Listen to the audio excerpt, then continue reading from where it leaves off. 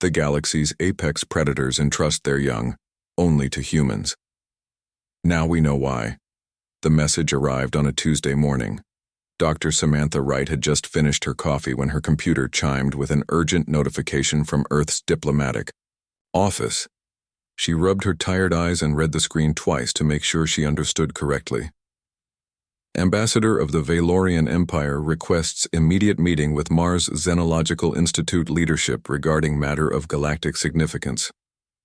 Samantha felt her heart race. The Valorians were not known for diplomatic visits.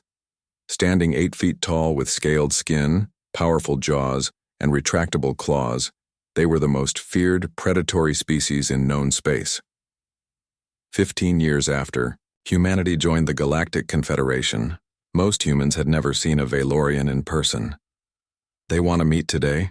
she asked during the hastily arranged video call with her boss. "Within the hour," confirmed Director Paul Carter, looking equally puzzled. "Their ship is already in orbit. Whatever this is about, it's important enough for Ambassador Kezithrax to come personally." Samantha spent the next 40 minutes reviewing Valorian cultural protocols and trying to calm her nerves. As the Institute's lead xenobiologist, she had studied the Valorians extensively, but never expected to meet one face-to-face. The diplomatic shuttle landed precisely on time. Samantha stood with Director Carter and 2 security officers in the Institute's main reception area, trying not to fidget as the airlock cycled open. Ambassador Kezithrax had to duck to enter the room. His presence was overwhelming, not just his physical size but the powerful aura of a natural predator. His scales shimmered with an iridescent green-gold pattern that marked his high rank. 4 guards flanked him, each carrying ceremonial weapons that everybody knew could cut through steel.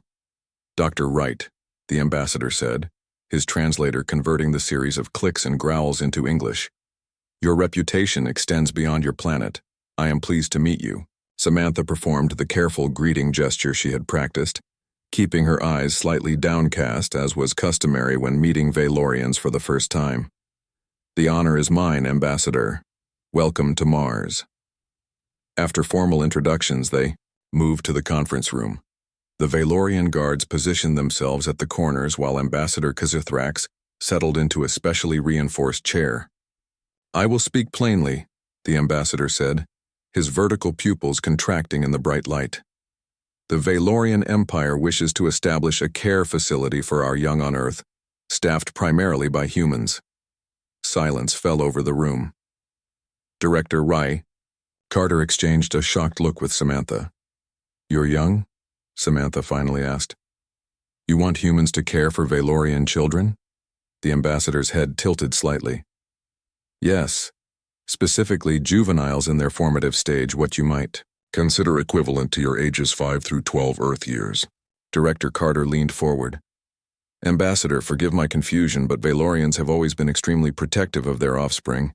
In 15 years of diplomatic relations, no human has even seen a Valorian child." "That is correct. Our young are precious and vulnerable. This makes our request all the more significant." Samantha's scientific curiosity overrode her caution. "May I ask why? What qualities do humans possess that would make us suitable caretakers?" The ambassador's tail shifted slightly behind him. "That is complicated. I can say that humans have certain neurological and biochemical traits that appear beneficial to our young during development. We are prepared to offer substantial technological exchange for this service." Samantha wasn't satisfied with this vague explanation, but years of diplomatic training told her not to push too hard. "How many young would we be caring for?" she asked instead. "Initially 3. My own offspring, in fact." This revelation sent another shock through the room. An ambassador entrusting his own children to aliens was unprecedented. "This is a very unexpected request," Director Carter said carefully. "We would need time to consider and prepare." "Of course. However, I must inform you that we are not the only species making such arrangements. The Korgath have already established a similar program in your nation of Canada." Samantha blinked in surprise. The Korgath were ursine apex predators, nearly as formidable as the Valorians. "I wasn't aware of this." "The arrangement is recent and not widely publicized. The Marazi and Vexar are pursuing similar agreements. Now Samantha was truly stunned. All 4 species the ambassador mentioned were apex predators in their home ecosystems and known for their aggressive territorial behavior. Together, they represented the most powerful military forces in the Confederation. "Ambassador," she said, choosing her words carefully, "for all 4 major predatory species to simultaneously seek human caretakers for their young suggests coordination. Is there something we should know about this situation?" Ambassador Xithrax's scales rippled slightly, a sign that Samantha recognized as indicating internal conflict. "Your instincts serve you well, Dr. Wright. There is more to this request than I can currently share. I ask for your trust and patience. The full explanation will come in time, but first we must establish if humans are willing to accept this responsibility." After the meeting, Samantha retreated to her office and called her colleague, Dr. Alan Rodriguez, on Earth. "I can't believe what I'm hearing," Alan said after she explained the meeting. "The Valorians want us to babysit their kids, and they're not the only ones. Something bigger is happening here, Alan. 4 apex species don't suddenly decide to hand over their children to aliens without a compelling reason. Could it be some kind of test, or maybe they're studying us?" Samantha shook her head. No, the ambassador seemed genuinely, I don't know, almost desperate. "And he's sending his own children. What did you tell him?" "That we need to consult with Earth governments and arrange proper facilities. He's given us 2 months to prepare." 2 days later, Samantha found herself on a diplomatic shuttle to Earth. She had been appointed to lead the scientific oversight of the program, working alongside diplomatic officer Christopher Grant, a soft-spoken man with a remarkable talent for interspecies negotiation. "I've secured a location," Christopher told her as they reviewed plans. "A former research facility in Wyoming with plenty of space and natural surroundings. We'll need to modify it extensively." "Have you selected the care team?" "We're interviewing candidates now. We need people with child development experience but also the temperament to work with alien juveniles." Samantha stared out the window at the blue curve of Earth growing larger. "Christopher, what do you think they're not telling us?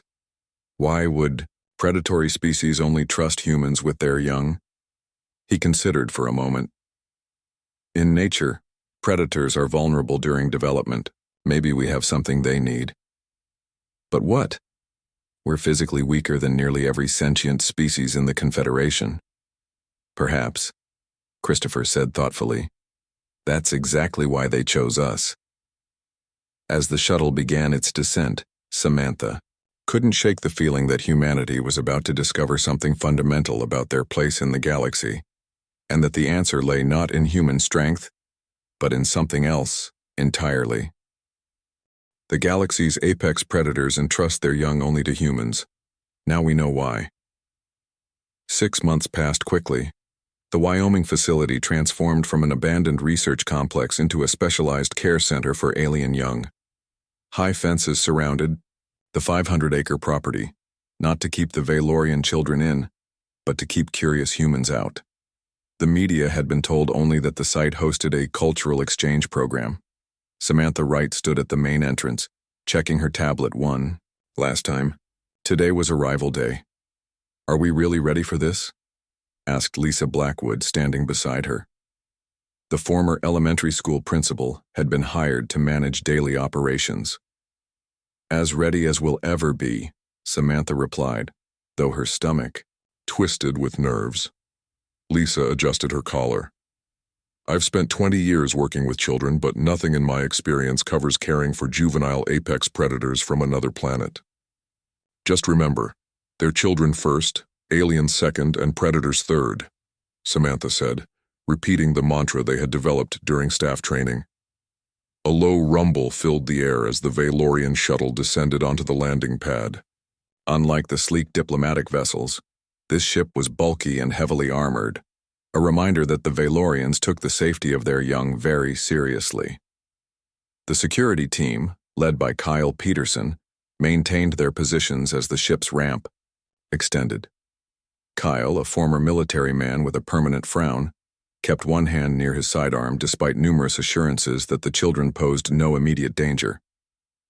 Ambassador Kazithrax emerged first, ducking through the doorway. Behind him came three smaller figures, each about the size of a human 10-year-old but with distinctly reptilian features. Their scales lacked the deep coloration of adults, instead showing pale green-gold patterns that would darken with age. "Doctor." "Right," the ambassador said with a formal bow of his head. "May I present my offspring, Zix, Kraz, and Mara?" The three young Valorians stepped forward. The oldest, Zix, performed a perfect greeting gesture toward Samantha. The younger two, Kraz and Mara, shuffled nervously, their tails swishing behind them. "Welcome to Earth," Samantha said warmly. "We're very happy to have you here." The children looked at their father, who gave them a subtle nod of encouragement. "Thank you for receiving us," Zix said carefully, the translator converting his chirps and clicks into slightly accented English. "We are honored by your hospitality." The formality broke when Mara, the youngest, suddenly darted forward to examine a butterfly that had landed nearby. Her movement was shockingly fast, a reminder of her predatory heritage. "Mara," Ambassador Kazthrax called sharply, but Samantha waved her hand. "It's perfectly fine," she said. "We want them to feel comfortable exploring." After the ambassador departed, leaving his children behind with notable reluctance, the real work began. The first few days were challenging. The young Valorians had never been separated from their clan before, and the unfamiliar surroundings made them skittish. Zix, being the oldest at the equivalent of 12 human years, tried to maintain a stoic demeanor, but the staff often found him looking longingly at the sky at night. "He misses home," Lisa told Samantha during their evening meeting. The younger ones adapt more quickly. Mara has already claimed the East Garden as her territory, and Kraz spends hours watching our Earth animals from the observation deck. "Any problems with their behavior?" Samantha asked. Lisa hesitated. "Well, there was an incident this morning. Kraz got startled when Jeff from the kitchen staff came around a corner unexpectedly. He hissed, and his claws extended automatically." "Was anyone hurt?" "No, but Jeff was pretty shaken up. I'm scheduling additional training for the kitchen staff on appropriate movements around the children." 2 weeks into the program, Dr. Alan Rodriguez arrived from Earth to assist with research. He found Samantha in the observation room, watching, as Lisa conducted an outdoor activity with the 3 Valorian children. "They're not what I expected," Alan said, observing the young aliens carefully collecting leaves and placing them in specimen jars. "From what we know about adult Valorians, I thought they'd be more aggressive," Samantha finished for him. "That's what everyone expects. But they're children, Alan. They're naturally curious and playful." On the monitor they watched as Lisa demonstrated how to use a microscope. Mara chittered with excitement when she saw the magnified leaf structure. "Still," Alan said, "their biology is designed for hunting. Have you noticed any predatory behaviors?" "Some," Samantha admitted. "They have practice sessions in the East Field where they stalk and pounce on moving targets. It's innate behavior, like human children playing tag. We've set up safe outlets for those instincts." Later that week, the first worrying incident occurred. During a game similar to soccer, Kraz accidentally knocked into Ben, one of the younger staff members. The collision wasn't hard, but Kraz's scales scraped Ben's arm, leaving several deep cuts. Kyle Peterson used the incident to push for stricter protocols. "We need to remember what these creatures are," he insisted during the emergency staff meeting. "One mistake and someone could lose more than a few inches of skin." "They're not creatures, they're children," Lisa countered firmly. "This was an accident, not an attack." Despite the tension, the program continued. By the 2-month mark, something unexpected began to emerge. Dr. Rodriguez, reviewing daily behavioral recordings, noticed a pattern. "Look at this," he told Samantha, pointing to comparative footage. "Here's Zix and Kraz in their quarters on the first week. See how they establish dominance? There's constant posturing, tail displays, even some minor physical confrontations." He switched to more recent footage. "Now here they are yesterday. They're sharing territory without any dominance displays at all. They're adapting to Earth social norms," Samantha suggested. "That's what I thought too. But watch what happens when Lisa leaves the room." On screen, as soon as the human caretaker, Exited, the young Valorians immediately resumed some mild dominance behaviors. Nothing aggressive, but definitely showing a hierarchy. It's almost like, Alan began.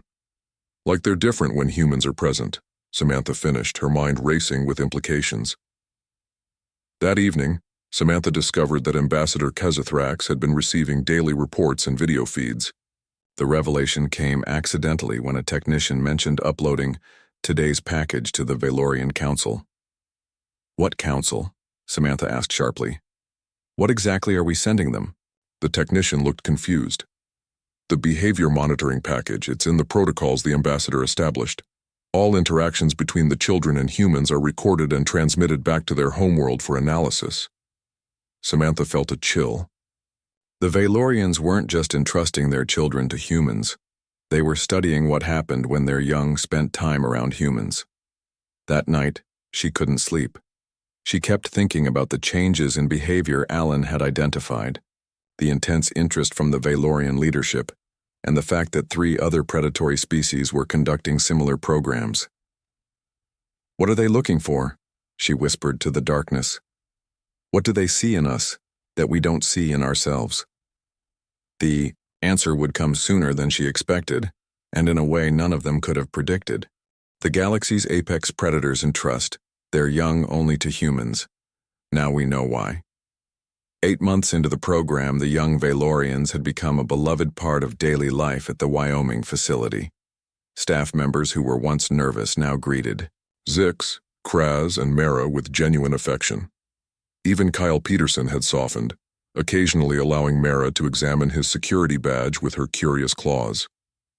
Samantha sat with Alan in the monitoring room, reviewing the latest data. They're thriving here, she said, pointing to the growth charts. Their physical development is accelerated compared to Valorian standard metrics. Alan nodded. And look at their cognitive tests.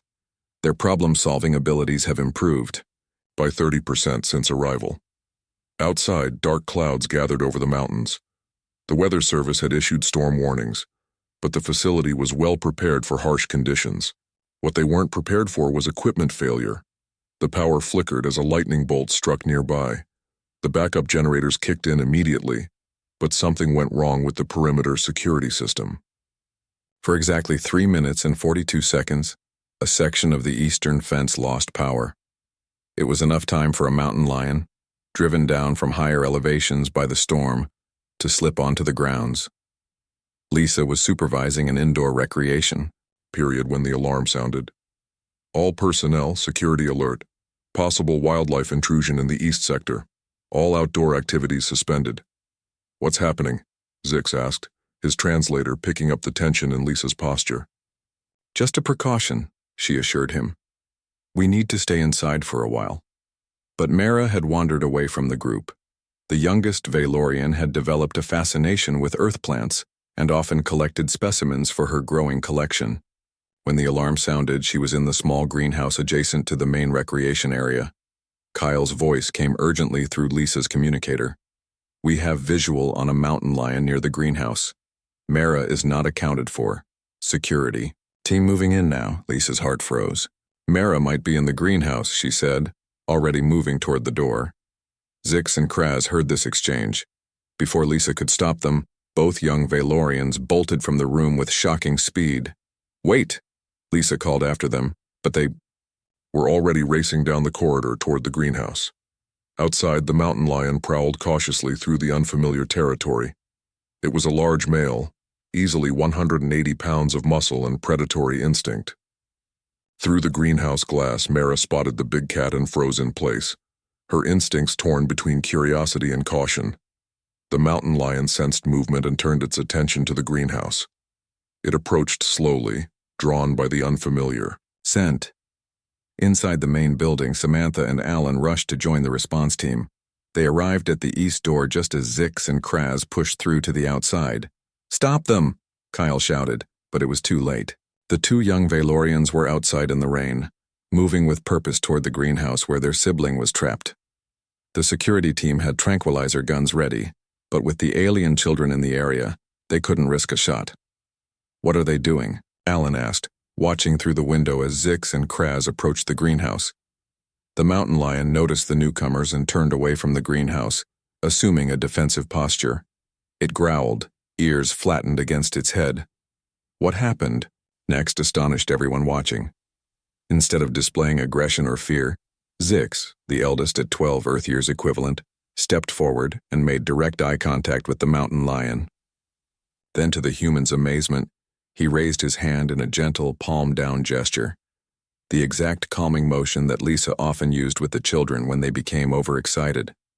The mountain lion took a step back, visibly confused by the mixed signals. Here was a creature that smelled like a predator but was behaving in ways that contradicted the mountain lion's instincts. Kraz moved toward the greenhouse door, keeping his movements slow and deliberate. When the mountain lion tensed, Zix repeated the calming gesture and made a soft sound that resembled Lisa's soothing tone. Incredibly, the mountain lion backed away further. It held its ground for a moment, then turned and disappeared into the underbrush, just as the security team arrived with tranquilizer guns ready. The entire incident lasted less than 5 minutes, but its impact was immediate and profound. "That's impossible," Kyle said later, reviewing the security footage with Samantha and Alan. "Mountain lions don't back down from threats smaller than themselves. Never." Zix wasn't threatening, Lisa pointed out. "He was using the exact techniques I used to calm them down. He even copied my hand gesture." "But that shouldn't work on a wild earth predator," Alan said. "There's no way a mountain lion would recognize or respond to an alien's body language." Samantha sat quietly, pieces falling into place in her mind. Unless it wasn't about the gesture at all. Less than 24 hours later, Ambassador Kazathrax's ship arrived unannounced. The Valorian leader did not look pleased as he strode into the facility's conference room. "You lost control of your security systems," he stated flatly. "My children were endangered." "There was a lightning strike that—" Kyle began, but Samantha cut him off. "With all due respect, Ambassador, your children handled the situation remarkably well. Perhaps it's time you told us what's really happening here." The ambassador's scales rippled with emotion. "What do you mean?" Zix calmed a wild earth predator using techniques he learned from Lisa. "That shouldn't be possible unless there's something about Valorian biology and human biology that you haven't shared with us." The room fell silent. The ambassador's tail twitched once, twice, then stilled. "You are correct, Dr. Wright. The time for full disclosure has come." He touched a device on his wrist, and a holographic display appeared above the conference table. "What you are about to learn is known only to the highest levels of leadership among the predatory species of the Confederation." The display showed complex biological readings, neural patterns, and chemical formulas. All apex predator species throughout the galaxy evolved with what we call a dominance aura, a combination of pheromones and subtle neurological projections that establish hierarchies among predatory species, the ambassador explained. "This trait helped us survive as hunters, but it came with a terrible cost." "What cost?" Samantha asked. "Perpetual conflict. Our societies are plagued by constant power struggles. We form governments and alliances, but they are fragile. Deep cooperation goes against our nature." The ambassador's voice carried a weight of sadness. "For millennia, we accepted this as unchangeable biology." "Until you met humans," Alan suggested. "Yes. When our scientists first encountered your species, they noticed something remarkable. In the presence of humans, our dominance auras become muted. We can think more clearly, cooperate more easily." The ambassador looked at Lisa. "Your kind possesses a calming influence that affects all predatory species." "But why the children?" Lisa asked softly. "Because young minds are adaptable. Our adult biology is fixed, but children raised around humans develop the ability to control their own dominance auras, a skill that has eluded our species for countless generations." Ambassador Kazthrax's eyes fixed on the security footage "Of Zix calming the mountain lion. What you witnessed yesterday was proof of success. My son used his own aura to calm another predator, something no Valorian has ever been able to do before." Samantha finally understood the truth. The galaxy's most feared predators had entrusted their children to humans not as caretakers, but as teachers of something uniquely human, the ability to choose cooperation over dominance. "This changes everything," she whispered. "The galaxy's apex predators entrust their young only to humans. Now we know why news of the Wyoming facility's success spread quickly through diplomatic channels. Within months, the program expanded dramatically. New facilities opened in Colorado, Alberta, New Zealand, and the Serengeti region of Africa. Each location specialized in a different apex species: the bear-like Korgath in Canada, the feline Marazi in New Zealand, and the insectoid Vexar in Africa. Samantha found herself flying between sites, sharing knowledge and coordinating research efforts.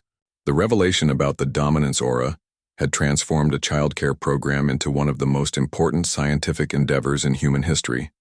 "The implications are enormous," she told Alan as they reviewed data from all 4 programs. "If young apex predators can learn to control their dominance instincts, it could transform their societies within a generation," Alan nodded thoughtfully. "No wonder they kept it secret at first. This isn't just childcare, it's cultural engineering. They're using human influence to fundamentally change their species." Not everyone was pleased with this development. On Earth, political opposition began to emerge, led by Senator Howard Pierce from Wyoming. He stood at a podium in Cheyenne, addressing a crowd of supporters holding signs with slogans like "Earth for Humans" and "Not Your Alien Babysitters." "These facilities on American soil represent a dangerous experiment," Pierce declared, his voice booming through speakers. "We are being used by alien powers for their own purposes. They see us as tools to reshape their violent children into something weaker, more controllable. I ask you, what happens when these newly gentle aliens grow up and decide they don't need humans anymore?" The protest outside the Wyoming facility grew larger each week. Samantha watched from her office window as demonstrators shouted through megaphones. "Is security holding?" Lisa asked, joining her at the window. "For now, but the children are confused by the hostility. Zix asked me why those humans are angry at them. What did you tell him?" "The truth, that some people are afraid of what they don't understand." Inside the facility, life continued. Now 10 months into the program, the 3 young Valorians had mastered remarkable control over their dominance auras. They could project calm or authority at will, a skill that Valorian adults found nearly impossible. The most surprising development came from the human side. Staff members who spent the most time with the alien children began to develop enhanced abilities of their own. Lisa discovered it first. During an exercise session, 2 Korgath cubs visiting from the Canadian facility began fighting over a toy. Without thinking, Lisa stepped between them and projected a wave of calming influence so strong that both cubs immediately sat down. "I felt it," Alan told Samantha after running tests on Lisa. "When she focused on me, it was like a weight lifted from my shoulders. Something in her neurochemistry has changed from prolonged exposure to the children." Similar reports came from Other facilities. Humans who worked closely with the alien young developed stronger versions of the natural calming ability that all humans apparently possessed. "It's like a muscle that gets stronger with use," Samantha explained to Christopher Grant during a secured video call. "We've always had this ability. It probably helped our ancestors survive among Earth's predators, but we never knew it could be enhanced." "The diplomatic implications are staggering," Christopher said. "Imagine human negotiators who can calm even the most aggressive Valorian generals. Not all developments were positive. On the Valorian homeworld, conservative military leaders began to oppose the program. They viewed the changes in the children as weakness and launched propaganda campaigns calling the human influence contamination of the bloodline. Similar resistance emerged in other predator societies. A group calling themselves Pure Hunters attempted to raid the New Zealand facility housing the Marazi cubs. They were stopped by Earth security forces, but the message was clear. Not everyone wanted their societies to change. The real crisis came 4 months later. A radical Valorian faction managed to get a ship past Earth's orbital defenses and landed just outside the Wyoming facility perimeter. 6 heavily armed Valorian soldiers breached the outer fence before security could respond. "They're heading for the children's quarters," Kyle reported, coordinating defense from the control room. "They want to rescue the children from human influence." Samantha made a quick decision. "I'm going to talk to them." "That's suicide," Kyle protested. "They're armed combat veterans. And I've spent a year working with Valorians. Trust me." Accompanied by 2 security officers, Samantha walked toward the intruders who had taken defensive positions near the main building. The lead Valorian, his scales marked with military patterns, pointed a weapon at her. "Stop where you are, human." Samantha stopped but kept her voice calm and even. "I am Dr. Samantha Wright, director of this facility. You are frightening the children you claim to protect." "We are saving them from your corruption," the soldier snarled. "Our young should be raised as warriors, not weaklings." Samantha felt a strange certainty fill her. After months of working with the children, studying their auras, something had changed in her too. She focused her thoughts, remembering how Lisa had described the sensation. "Lower your weapon," she said quietly, projecting calm with every fiber of her being. The Valorian's arm trembled. His pupils dilated in confusion as conflicting instincts battled within him. "What are you doing?" he demanded, but his voice had lost its edge. "Showing you what your children are learning," Samantha replied, stepping closer. "The ability to choose peace over dominance isn't weakness. It's the next stage of your evolution." For several tense seconds, the outcome hung in balance. Then, slowly, the Valorian lowered his weapon. "How?" he asked in genuine bewilderment. "How can you affect me this way?" Before Samantha could answer, Ambassador Kazathrax's voice came from behind her. "Because humans have always possessed this ability." The ambassador approached, flanked By his own guards. He addressed the intruders in their native language, then turned to Samantha. "My apologies for this incident.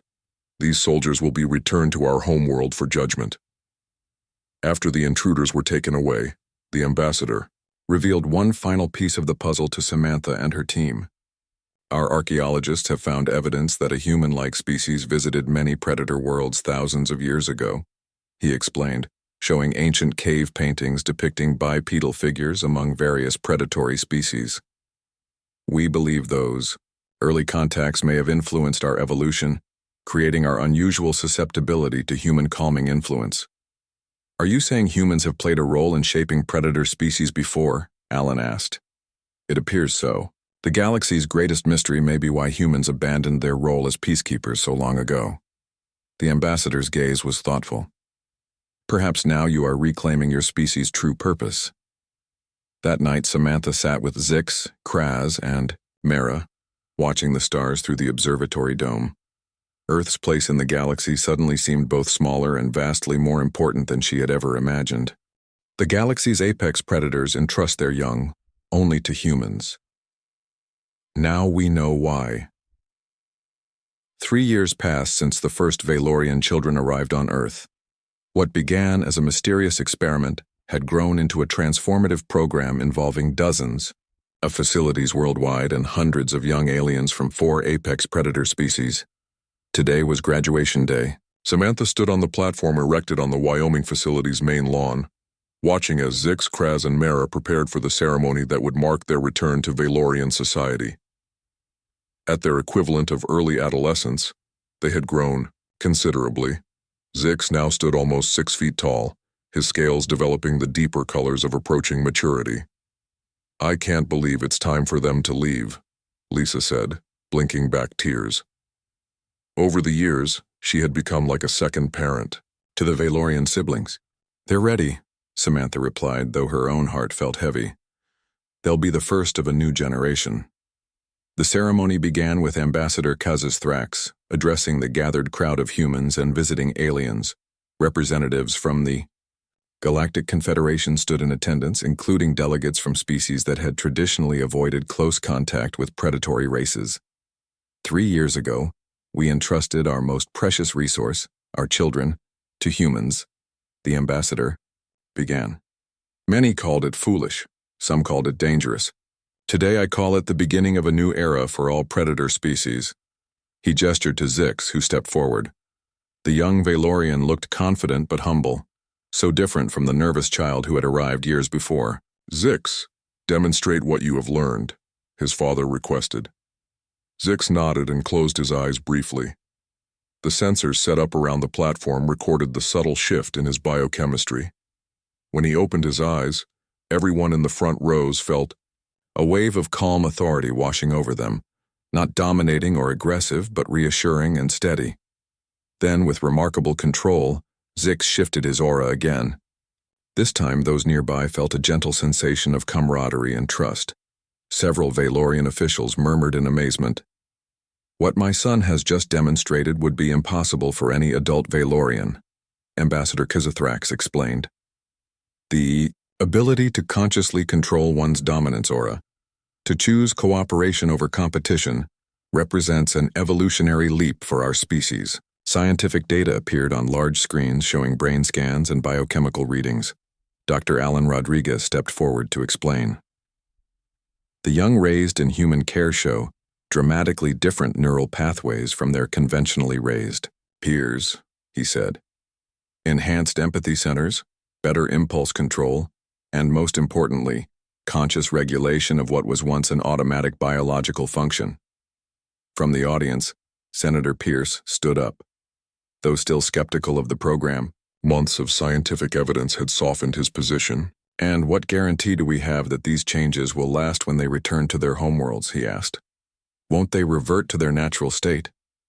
It was Mara who answered, her translator conveying her chirps in a confident voice that had matured over the years. "The changes are permanent, Senator," she said. "They are not suppressions of our nature, but expansions of it. We are still predators, still Valorians, but now we have choices that our parents never had." Kraz demonstrated by inviting a Mirazi youth to join him on stage. In the past, putting young from two apex predator species together would have triggered immediate aggression. Instead, they stood side by side in perfect harmony, their controlled auras allowing unprecedented cooperation. After the demonstrations, Ambassador Kizithrax made a surprising admission to the gathered assembly. "I must confess the full truth of why we sought human assistance," he said solemnly. "Our warrior cultures had reached evolutionary dead ends. Despite our technological advancement, our societies remained trapped in cycles of dominance and conflict. We could conquer the stars, but we could not conquer our own nature." His tail swished once as he continued.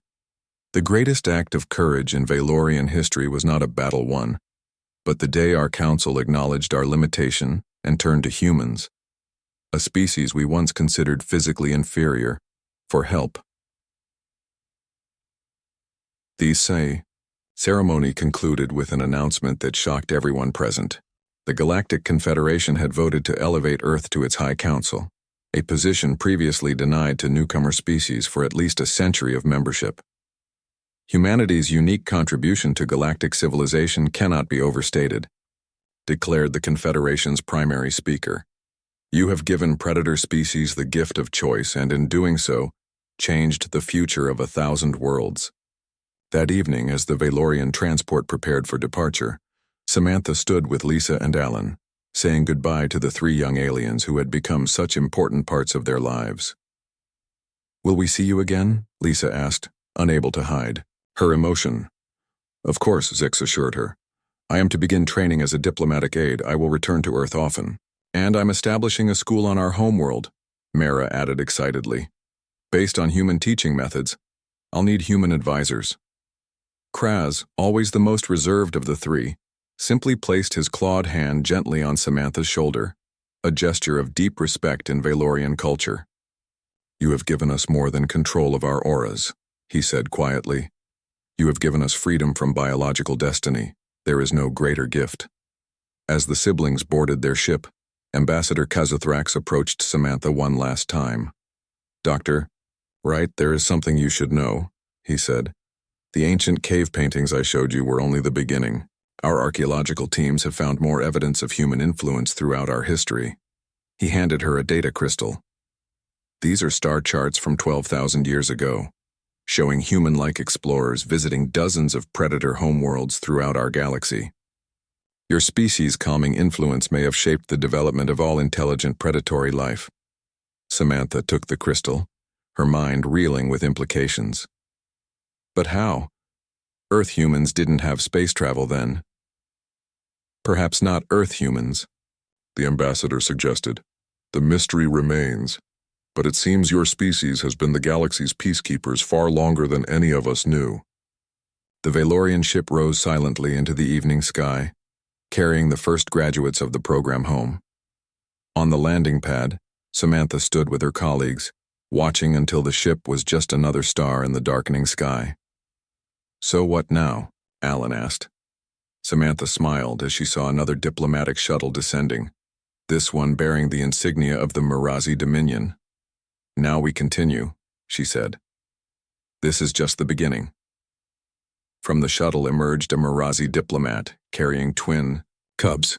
Behind her came assistants bearing ancient artifacts, star charts showing more evidence of humanity's forgotten role in galactic history.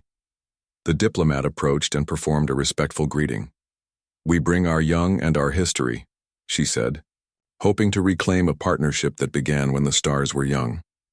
The humans welcomed their new arrivals, ready to continue a mission that now seemed woven into the very DNA of their species, helping the galaxy's apex predators become more than their biology, one child at a time.